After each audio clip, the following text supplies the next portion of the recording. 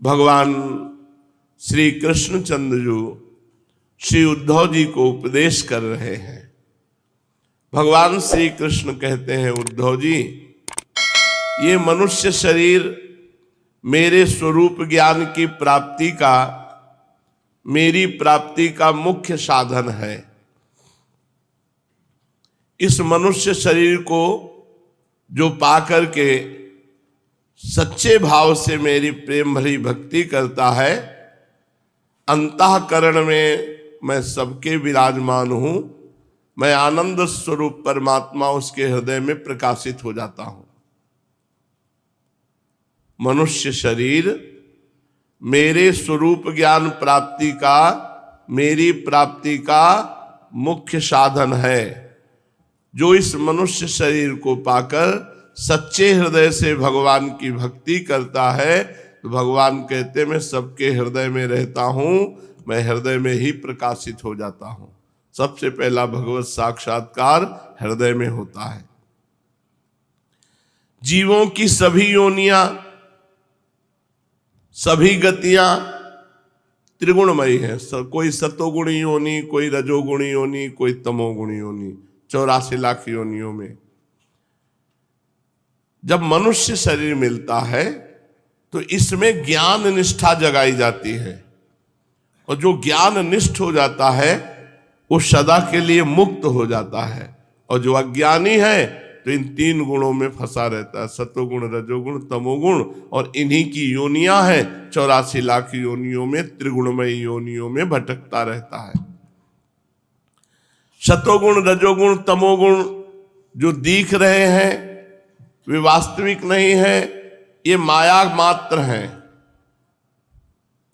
ज्ञान हो जाने के बाद पुरुष इन गुणों के बीच में रहने पर भी, उनके द्वारा व्यवहार करने पर भी उनसे बंधता नहीं है।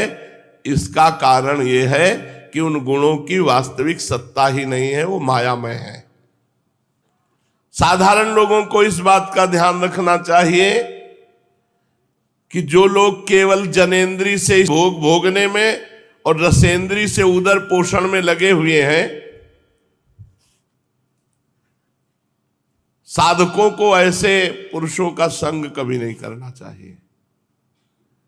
जो रसेंद्री से अच्छा अच्छा खाना, अच्छे अच्छे सब खा पी के पेट खूब फुला लेना, और जनेंद्री से भोग करना, नरकगामी होंगे। भेष भगवान की प्राप्ति नहीं कराता, उद्देश्य भगवान की प्राप्ति कराता है। तो साधक को चाहिए कि ऐसे लोगों का संग न करे जो रसेंद्री और जनेंद्री की तृप्ति में केवल लगे हैं, खूब अच्छे अच्छे पदार्थ खाना, स्त्री भोग भोगना। ऐसे असत पुरुषों का संग कभी न करे, क्योंकि ऐसे असत पुरुषों का संग करने से बड़ी दुर्दशा हो जाती है।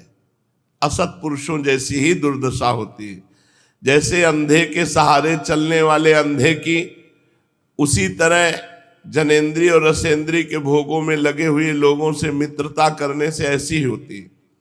जो जनेंद्री और रसेंद्री के भोगों में रमण करने वाले हैं, ऐसे लोगों का अनुगमन न करे, ऐसे लोगों का संग न करे, नहीं वैसी ही दुर्दशा होगी जैसे अंधे के सहारे चलने वाले अंधे की।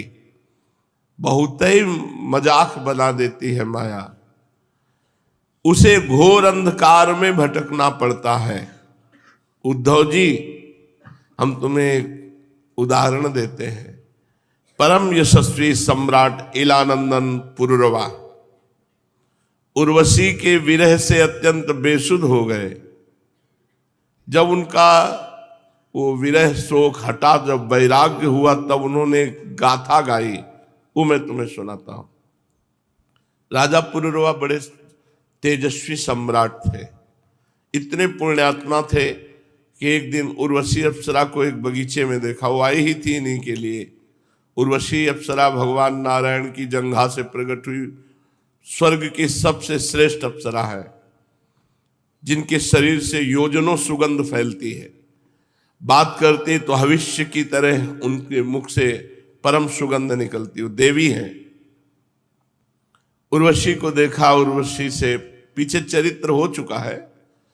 उर्वशी से प्रार्थना की कि आप हमारी अर्धांगिनी बन जाएं, मैं पुरुरवा चक्रवर्ती सम्राट हूं, तो उनका महाराज आपकी सेवा करने का अवसर मिले, मेरा सौभाग्य है, पर मेरी शर्त है, मैं केवल घी पीऊंगी, शुद्ध घी गाय का। देवी हैं, और दूसरी बात मेरे भेड़ के 2 बच्चे हैं, इनको कभी कोई चुरा न ले जाए, और तीसरी बात कभी आपको सैया के अलग निर्वस्त्र ना देख लूं। अगर इन 3 बातों में कोई त्रुटि होगी मैं उसी समय चली जाऊंगी। काफी समय हुआ महाराज पुरुरवा के सानिध्य में उर्वशी को रहते हुए, वर्षों व्यतीत हो गए 1 मिनट की तरह। इतना सुंदर संयोग। उर्वशी जी परम सुंदर और परम पवित्र देवी हैं। वो देवराज इंद्र को अच्छा नहीं लगा कि उनकी सभा की अप्सरा किसी मनुष्य के पास इतने दिन तक रहे, तो उन्होंने 2 गंधर्वों को भेजा कि अंतर्ध्यान होकर जाओ और उनके महल में घुस करके उनके बच्चे चुरा लो भेड़ के, और फिर इतना प्रकाश करना जब पुरुरवा भगे कि उसके पूरे शरीर का दर्शन उर्वशी को हो जाए। तो गए, भेड़ के बच्चे को चुराया और लेकर जाने लगे। तो उर्वशी ने कहा, महाराज देखो मेरे भेड़ के बच्चों को कोई चुरा रहा है। तो वो सैया में ही पड़े थे, एकदम भागे, वैसे तो चमक पड़े हुए, तो गंधर्व थे, तो उनके तेज में दिगंबर देखा, उनको नग्न देखा और भेड़ के बच्चे चुरा ले गए। उर्वशी अंतर्ध्यान हो गई। अब जो महाराज की दशा हुई कि पागल हो गए, वैसे ही नंग धड़ंग घूम रहे, शरीर की शुद्धि नहीं, चक्रवर्ती सम्राट होकर। उर्वशी के विरह का बहुत वर्णन है, यहां तक कि वो मृत्यु जनित दुख को प्राप्त। हा उर्वशी, हा उर्वशी। तो जब उनको वैराग्य हुआ, राजा पुरुरवा नग्न होकर पागल की भांति अपने को छोड़कर भागती हुई उर्वशी के पीछे अत्यंत विह्वल होकर दौड़ने लगे और कहने लगे, देवी ए निष्ठुर हृदय, थोड़ी देर ठहर जा, भाग मत। उर्वशी ने उनका चित्त आकृष्ट कर लिया था और उर्वशी से उनकी अभी तृप्ति नहीं हुई थी। वे क्षुद्र विषयों के सेवन में इतने डूब गए थे कि उन्हें वर्षों की रात्रियां न जाती मालूम पड़ी और न आती। पुरुरवा ने कहा, हाय हाय, भला मेरी मूढ़ता तो देखो। जब वैराग्य हुआ, काम वासना ने मेरे चित्त को कितना कलुषित कर दिया। उर्वशी ने अपनी बाहुओं से मेरा ऐसा गला पकड़ा कि मैंने आयु के न जाने कितने वर्ष खो दिए। ओहो, विस्मृति की भी एक सीमा होती है। हाय हाय, उर्वशी ने मुझे लूट लिया। सूर्य अस्त हो गया या उदित हुआ, यह भी मुझे ज्ञान नहीं रहा उर्वशी की आसक्ति में। बड़े खेद की बात है कि बहुत से वर्षों के दिन पर दिन बीतते गए और मुझे मालूम तक न पड़ा। ओह, आश्चर्य है, मेरे मन में इतना मोह बढ़ गया जिसने नरदेव शिखामणि चक्रवर्ती सम्राट मुझ पुरुरवा को स्त्री का गुलाम बना दिया। देखो तो, मैं प्रजा को मर्यादा में रखने वाला सम्राट हूं, मुझे मेरे राजपाट को तिनके की तरह छोड़कर उर्वशी गई और मैं पागल हो गया। नंग धड़ंग रोता बिलखता उस स्त्री के पीछे दौड़ा। हाय हाय, ये मेरा कोई जीवन है? मैं गधे की तरह दुलत्तियां सहकर भी स्त्री के पीछे पीछे दौड़ रहा हूं, फिर भी मुझ में प्रभाव, तेज और स्वामित्व कहां? मैं अपने को सम्राट मानता हूं। पुरुरवा ने कहा, किम विद्या किम तपसा किम त्यागेन श्रुतेन वा किम विविक्तेन मौनेन स्त्रीभिर्यस्य मनोहृतम्। जिसका मन स्त्री ने चुरा लिया उसकी विद्या व्यर्थ गई, तपस्या व्यर्थ हो गई, त्याग व्यर्थ हो गया, शास्त्र स्वाध्याय अभ्यास सब व्यर्थ हो गया। इसमें संदेह नहीं कि जिसका चित्त स्त्री ने चुरा लिया उसकी तपस्या, एकांत सेवन, मौन सब बेकार हो गया। मुझे अपनी ही हानि लाभ का पता नहीं चला। मैं अपने को बहुत बड़ा पंडित मानता था, ज्ञानी मानता था। अरे धिक्कार है मुझ मूर्ख को, एक स्त्री ने मेरे चित्त को चुरा लिया। मैं चक्रवर्ती सम्राट होकर गधे की तरह भोगों में फंस गया। मैं वर्षों तक उर्वशी के ओठों की मादक मदिरा पीता रहा, पर मेरी काम वासना तृप्त नहीं हुई। सच है, कहीं आहुतियों से अग्नि तृप्ति होती है, ऐसे कहीं भोगों से काम की तृप्ति होती है। उस कुलटा ने मेरा चित्त चुरा लिया। आत्माराम जीवन मुक्तों के स्वामी इंद्रियातीत भगवान को छोड़कर अब ऐसा कौन है जो मुझे उस उर्वशी के फंदे से निकाल सके। उर्वशी ने तो मुझे वैदिक सूत्रों के वचनों के द्वारा यथार्थ बात कहकर समझाया ही था, परंतु मेरी बुद्धि मारी गई। मेरे मन का वो भयंकर मोह तब भी नहीं मिटा। मेरी इंद्रियां मेरे हाथ से बाहर निकल गई और मैं समझता था कि मैं सम्राट हूं। जो रस्सी के स्वरूप को न जानकर उसमें सर्प की कल्पना कर रहा है, दुखी हो रहा है, तो रस्सी ने उसका क्या बिगाड़ा। इसी प्रकार उर्वशी ने मेरा क्या बिगाड़ा। मैं अपराधी हूं। कहां तक कहूं, इस मैले कुचैले दुर्गंध से भरे अपवित्र शरीर को, ओहो कितनी सुकुमार है, कितनी पवित्र है, कितनी सुंदर है, कितनी सुगंध है, ऐसा बोला। परंतु मैंने अज्ञानवश उस असुंदर को सुंदर बोला। अब जब वैराग्य हुआ तब बुद्धि काम कर रही। ये शरीर माता पिता का सर्वस्व है कि पत्नी की संपत्ति है? ये स्वामी की मोल ली हुई वस्तु है या आग का ईंधन है, या कुत्ते गीद इसे चीत चीत कर खाएंगे उनका भोजन है? इसे अपना कहें या सुहृद संबंधियों का कहें? बहुत सोचने विचारने पर भी कोई निश्चय नहीं होता। ये शरीर मलमूत्र से भरा हुआ अत्यंत अपवित्र है।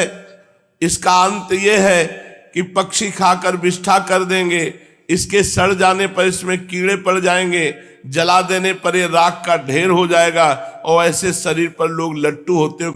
ये शरीर त्वचा, मांस, रुधिर, स्नायु, मेदा, मज्जा, हड्डियों का ढेर है। ये मलमूत्र और पीप से भरा हुआ है। यदि मनुष्य इसमें रमता है तो मलमूत्र के कीड़े में और मनुष्य में क्या अंतर रहा। इसलिए अपनी भलाई समझने वाले विवेकी मनुष्य को चाहिए कि कामी स्त्रियों से और स्त्री लंपट कामी पुरुषों से बहुत दूर रहे, इनका संग न करे। इसलिए अपने कल्याणकामी भलाई पुरुष को चाहिए, जो अपना चाहता हो कि भलाई, उसको कामी स्त्रियों से और कामी पुरुषों से दूर रहना चाहिए। विषय और इंद्रियों के संयोग से ही मन में विकार होता है। इनका संग होते ही विकार आ जाएगा, अन्यथा विकार का कोई अवसर ही नहीं है। देखो, जो वस्तु कभी देखी नहीं गई, सुनी नहीं गई, उसके लिए मन में विकार नहीं होता। जो लोग विषयों के साथ इंद्रियों का संयोग नहीं होने देते, जो लोग विषयों के साथ इंद्रियों का संयोग नहीं होने देते, उनका मन धीरे धीरे शांत हो जाता है। मन कह रहा है ये भोग भोगे, बिल्कुल मत भोगो, तो धीरे धीरे शांत हो जाएगा। अतः वाणी से काम संबंधी वार्ता मत करो, कान से काम संबंधी वार्ता मत सुनो, मोबाइल से काम संबंधी दृश्य मत देखो, और मन से काम संबंधी बातें मत सोचो। इंद्रियों से, स्त्री लंपटों से और स्त्रियों से बहुत दूरी बनाकर रखो अगर परमार्थ में चलना है, ऐसे कामी पुरुषों से। मेरे जैसे लोग जो सम्राट है, इनकी बात क्या, बड़े बड़े जो ज्ञानी हैं, विद्वान हैं, उनको भी अपनी इंद्रिय और मन पर विश्वास नहीं करना चाहिए, कभी भी धोखा दे सकते हैं। भगवान श्री कृष्ण कहते हैं, उद्धव जी, राजराजेश्वर पुरुरवा के मन में जब इस तरह के उद्गार उठने लगे तो उसने उर्वशी का परित्याग कर दिया, उर्वशी लोक का। अब ज्ञानोदय होने के कारण उनका मोह जाता रहा और अपने हृदय में ही आत्मस्वरूप भगवान मेरा साक्षात्कार कर लिया और शांत होकर स्थित हो गए। इसलिए बुद्धिमान पुरुष को चाहिए कि पुरुरवा की भांति कुसंग छोड़ दे, चाहे वो कामी पुरुष हो चाहे कामी स्त्री हो, संग छोड़ दे, सत्पुरुषों का संग करे। संत पुरुष अपने सदुपदेशों से जो रही हुई वासनाएं होती हैं वो मन की आसक्ति नष्ट कर देते हैं। संत पुरुष का लक्षण है कि वो कभी किसी वस्तु की अपेक्षा नहीं रखते। संतों का चित्त मुझ में लगा रहता है। संतों के हृदय में अगाध शांति होती है, शांति का समुद्र लहराता रहता है। वे सदा सर्वदा सर्वत्र सब में सब रूप से स्थित भगवान का ही दर्शन करते हैं। संतों में अहंकार का लेश नहीं होता, संतों में ममता की संभावना नहीं होती। वे सर्दी गर्मी सुख दुख आदि द्वंद्वों से एक रस रहते हैं, इन कोई द्वंद्व का प्रभाव नहीं पड़ता। बौद्धिक मानसिक शारीरिक और परमार्थ संबंधी किसी प्रकार का वो परिग्रह भी नहीं रखते। परम भाग्यवान उद्धव जी, संतों के सौभाग्य की महिमा कौन कहे। संतों के पास तो सदा सर्वदा मेरी लीला कथाएं हुआ करती हैं। जो मेरी लीला कथाएं सुनता रहता है उसका परम हित परम मंगल होता है। मेरी लीला कथाओं का जो सुनते रहते हैं उनके हृदय के सारे पाप ताप भस्म हो जाते हैं। जो लोग आदर और श्रद्धा से मेरी लीला कथाओं का गान करते हैं, श्रवण करते हैं, अनुमोदन करते हैं, वे मेरे परायण हो जाते हैं, मेरी अनन्य प्रेममयी भक्ति को प्राप्त कर लेते हैं। उद्धव जी, मैं अनंत अचिंत कल्याणमय गुण गणों का आश्रय हूं। मेरा स्वरूप है केवल आनंद, केवल अनुभव, विशुद्ध आत्मा। मैं साक्षात परब्रह्म परमात्मा हूं। जिसे मेरी भक्ति मिल गई वह संत हो गया। जिसे मेरी भक्ति मिल गई उसे कुछ भी पाना शेष नहीं है। उनकी तो बात ही क्या। जिसने संत पुरुषों की शरण ग्रहण कर ली उसका भी कर्म जड़ता, संसार भय और अज्ञान सर्वथा निवृत्त हो जाता है। जैसे अग्नि भगवान का आश्रय ले ले तो शीतलता, भय और अंधकार का दुख नहीं रहता, ऐसे जो संतों का आश्रय ले ले तो ये संसार भय नहीं रहता। काम क्रोधाग्नि अग्नि उसके हृदय को नहीं जलाएगी, बड़ा हृदय शीतल रहेगा और बिना किसी अन्य साधन के संत आश्रय मात्र से भगवान की कृपा से उसका कल्याण हो जाएगा। जो इस घोर संसार सागर में डूब उतरा रहे उनके लिए ब्रह्मवेत्ता संत ही एकमात्र आश्रय है। जैसे जल में डूब रहे लोगों के लिए नौका सहारा है, ऐसे ही संसार में डूबे हुए प्राणियों के लिए संत सहारा है। जैसे अन्न से प्राणियों के प्राण की रक्षा होती है, जैसे मैं ही दीन दुखियों का परम रक्षक हूं, जैसे मनुष्य के लिए परलोक में धर्म ही एकमात्र पूंजी है, वैसे ही जो लोग संसार में भयभीत है उनके लिए संत जन ही परमाश्रय है।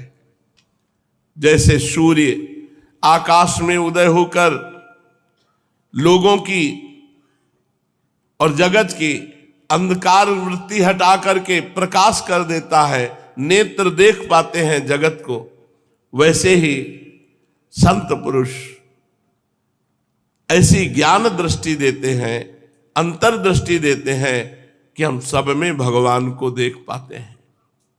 संत अनुग्रहशील देवता है, संत अपने हितैषी सुहृद है, संत अपने प्रियतम है, आत्मा है।